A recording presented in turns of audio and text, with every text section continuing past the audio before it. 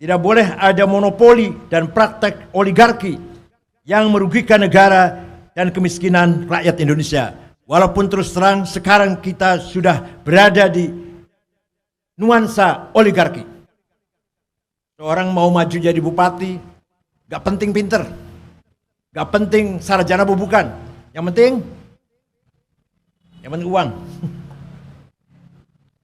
Jangankan bupati, muktamar tuh pakai uang.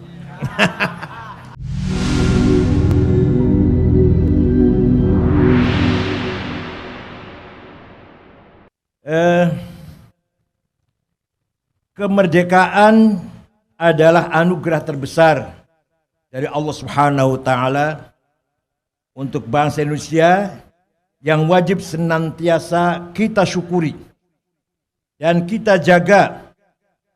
Kita jadikan momentum bagi tumbuh dan berkembangnya peradaban Indonesia. Spirit kemerdekaan harus didedikasikan sebagai misi untuk memakmurkan masyarakat Indonesia, memajukan negara dan untuk berkontribusi pada perwujudan tatanan dunia yang lebih damai dan beradab. Mensyukuri kemerdekaan berarti harus mampu mensyukuri dan menjaga keberadaan masyarakat Indonesia yang majemuk dengan keberagaman suku, budaya, agama, bahasa, tradisi, adat istiadat, dan khazanah pengetahuan Nusantara, dan menjadi fardhu ain hukumnya wajib setiap individu bagi setiap warga negara untuk menjaga konsensus bangsa Indonesia, menjaga Pancasila, Bhinneka Tunggal Ika, Undang-Undang Dasar 45, NKRI, hukumnya fardhu ain, seperti wajibnya sholat 5 waktu. Kemajemukan dan konsensus nasional Indonesia selaras dengan kemajemukan yang dibangun dan dicontohkan oleh Rasulullah SAW. Ketika membangun kota Yathrib. Mengapa kota itu dinamakan Yathrib? Karena dulu yang pertama kali membangun seorang bernama Yathrib bin Laud bin Amlik bin Sam bin Nuh. Nabi hijrah kota Yathrib mendapatkan masyarakat yang plural, bineka.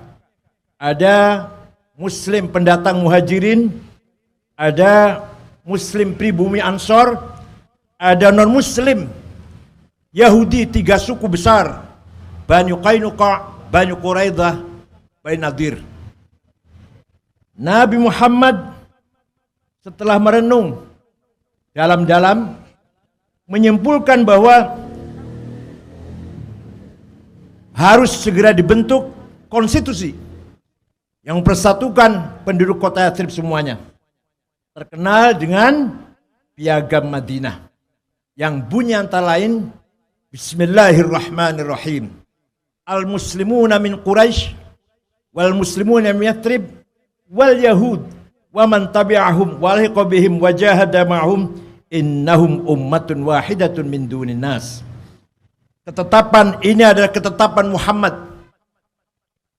Muslim pendatang, Muslim pribumi dan non-Muslim Yahudi asalkan satu cita-cita, satu visi misi adalah satu umat. Dengan demikian kita bisa menyimpulkan bahwa Nabi Muhammad telah mencoba dan berhasil membangun masyarakat yang dipersatukan oleh kesamaan visi misi, bukan berdasarkan agama dan tidak berdasarkan suku. Maka sistem yang berlaku adalah muwatonah, citizenship. Bahasa sekarang adalah negara kebangsaan. Mohon maaf, gak usah kaget. Di dalam Al-Quran tidak ada terminologi negara Islam. Bukan hanya negara Islam, umat Islam pun tidak ada. Kalau kita baca Quran, jangan cuma kulhu, falak, nas, tahlil saja. Kalau kita baca Quran dari awal sampai akhir, tidak akan kita jumpai terminologi umat Islam. Gak ada. Yang ada ummatan wasaton. Artinya apa? Artinya Quran menekankan pada fungsi umat, bukan legal formal, simbol umat Islam. Tapi yang penting peran umat litakunu syuhada al-nas syuhudan dinian, syuhudan thaqafiyan, syuhudan hadarian, syuhudan ijtimaiyan, syuhudan siasian. Maka Pak Muhaimin syuhudan siasian, anggota DPR PKB juga syuhudan siasian, dan terakhir puncaknya syuhudan insanian. Maka dari pernyataan Nabi Muhammad tadi, Rasulullah tidak membangun negara Arab dan tidak pernah memerintahkan untuk membangun negara Islam. Rasulullah membangun negara Madinah, civilized, mutamaddin, negara yang humanis dan beradab, negara yang bineka berbasis kesamaan visi misi dan tujuan. Selaras dengan ajaran Islam dan tuntutan Rasulullah SAW yang telah terbukti sukses membangun negara Madinah, para founding fathers kita membangun dan mendirikan negara kedaulatan Republik Indonesia, negara kesatuan Republik Indonesia dengan konsep negara Darussalam, bukan Darul Islam, seperti diputuskan pada Muktamar tahun 36 di Banjarmasin, Kalimantan Selatan. Maka mendasar dengan spirit ini, siapa saja yang berusaha menyebarluaskan ideologi dan atau bermaksud merongrong konsensus bangsa Indonesia dan mencoba membuat negara Islam, harus diusir dari negara Indonesia ini. Wal murjifuna fil madinati lanuhriyannaka bihim thumma la yujawirunaka fiha illa qalila. Itu Quran itu. Muhammad, kelompok yang bikin resah, bikin rusuh di kota Madinah, usir Muhammad. Jangan biarkan mereka tinggal di Madinah. Wal murjifuna fil madinati lanuhriyannaka bihim thumma la yujawirunaka fiha illa qalila. Para founding fathers juga telah bersepakat untuk membuat negara bangsa Indonesia yang nasionalis religius, bukan nasionalis sekuler model Michel Aflaq. Di Arab itu nasionalisnya pertama kali yang memperjuangkan adalah Michel Aflaq. Michel Aflaq itu menantunya Golda Meir. Golda Meir adalah Perdana Menteri Israel. Dia orang Damaskus, beragama Kristen Ortodok, dan pendiri partai Ba'ath, nasionalis, sosialis, sekuler. Nanti akan melahirkan tokoh-tokoh Saddam Hussein, Hafid Assad, Jamal Nasir, Muammar Gaddafi, dan lain-lain. Mereka semuanya adalah aktivis Ba'ath, nasionalis, sosialis, sekuler. Juga bukan konsep nasionalismenya Ernest Renan yang menulis buku What is a Nation tahun 1895. Para founding fathers kita membangun negara bangsa yang secara harmonis mampu memadukan antara spirit teologi dan politik kebangsaan, mengintegrasikan antara nasionalisme dengan Islam, dengan iman, dan meneruskan agama dan budaya. Para founding fathers telah berhasil menanamkan harmoni kehidupan yang nasionalis religius. Maka kini dan seterusnya negara bangsa nasional religius wajib dijaga untuk selama-lamanya. Maka di Timur Tengah tidak ada pejuang yang memperjuangkan Islam sekaligus memperjuangkan nasionalisme. Nggak ada. Pejuang nasionalis bukan pejuang Islam, pejuang Islam bukan pejuang nasionalis.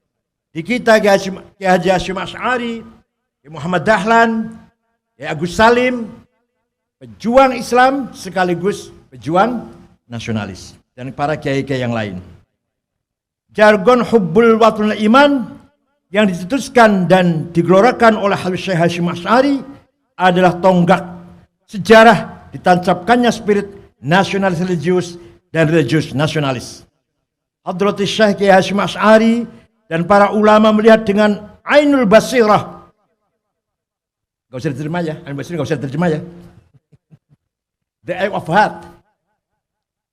Dan itsbatul yakin pada zamannya telah memprediksi kehancuran kekhilafan Turki Utsmani dan berpandangan futuristik, dan kemudian memilih model dan konsep bernegara yang paling tepat mencontoh model negara Madinah. Jadi Hasyim Asy'ari tahun belasan itu sudah memprediksi bahwa khilafah di Turki Rajul Marib, the sick man, pasti akan bubar. Nah, sebelum bubar, maka umat Islam atau bangsa Indonesia ini harus menjadi bangsa yang beragama dan nasionalis. Begitu khilafah Turki bubar, negara-negara Timur Tengah kehilangan arah dalam pemimpin. Sampai sekarang, masing-masing negara Timur Tengah tidak jelas arahnya. Gak ada yang jelas arah sampai sekarang. Itulah mengapa sebabnya kalau konflik bertahun-tahun. Afghanistan 40 tahun, Irak 30 tahun, Suriah 20 tahun, Yaman sekian tahun, Libya belum selesai, Somali bubar, dan seterusnya dan seterusnya.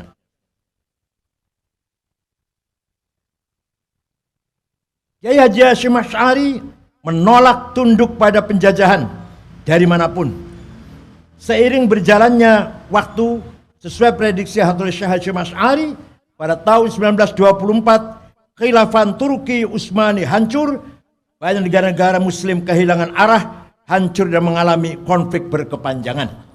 Yang menghancurkan adalah seorang ideolog Turki terkenal namanya Mustafa Kemal Atatürk. Khalifah terakhir Abdul Majid dibuang ke Jerman keluarga. Setelah itu maka Kementerian Agama atau Kementerian Wakaf dan Haji dibubarkan. Nama di Turki tidak boleh terlalu Arab. Muhammad nggak boleh, Mehmet. Khadijah, Cetice, Ayub, Eop, Ali, Alija, nggak boleh terlalu Arab. Tidak boleh pakai gamis, kopiah putih di luar, di masjid boleh. Sound system di masjid dilarang. Malah di Ankara, ibu kota baru, azan menggunakan bahasa Turki waktu itu. Pada tahun 1936, Habib Hasyim Asy'ari bersama para kiai dalam Muktamar Ilmu Banjarmasin mematangkan dan menegaskan kembali konsensus Darussalam dalam bernegara. Bahkan pada tahun 45, Kiai Haji Hasyim Asy'ari telah keras dan lebih tegas lagi mengatakan, man mata li ajli watonihi mata syahidan.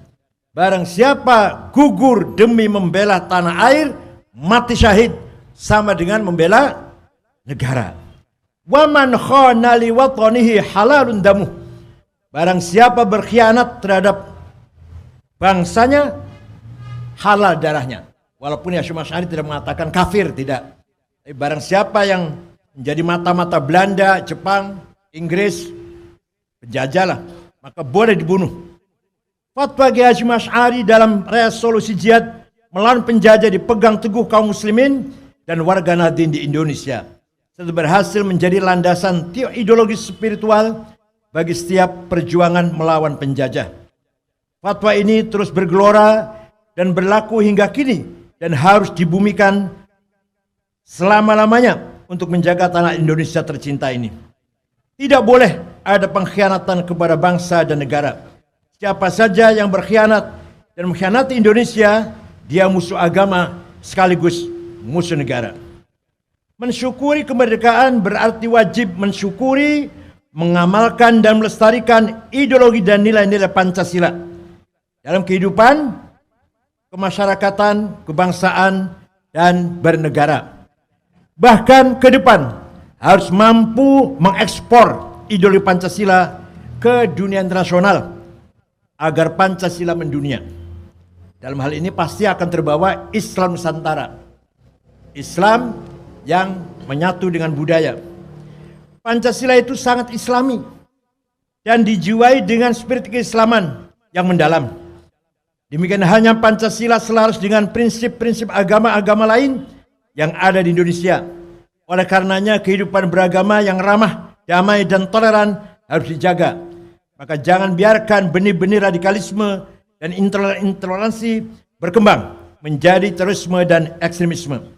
Kebinekaan harus dirawat, persatuan harus diperkokoh, persyaratan harus dijalankan secara demokratis, jangan hanya menjadi topeng dan kedok kepentingan golongan tertentu semata, serta keadilan dan kemakmuran harus diratakan. Tidak boleh ada monopoli dan praktek oligarki yang merugikan negara dan kemiskinan rakyat Indonesia. Walaupun terus terang sekarang kita sudah berada di nuansa oligarki. Seorang mau maju jadi bupati, gak penting pinter, gak penting sarjana bukan, yang penting uang. Jangankan bupati, muktamar tuh pakai uang.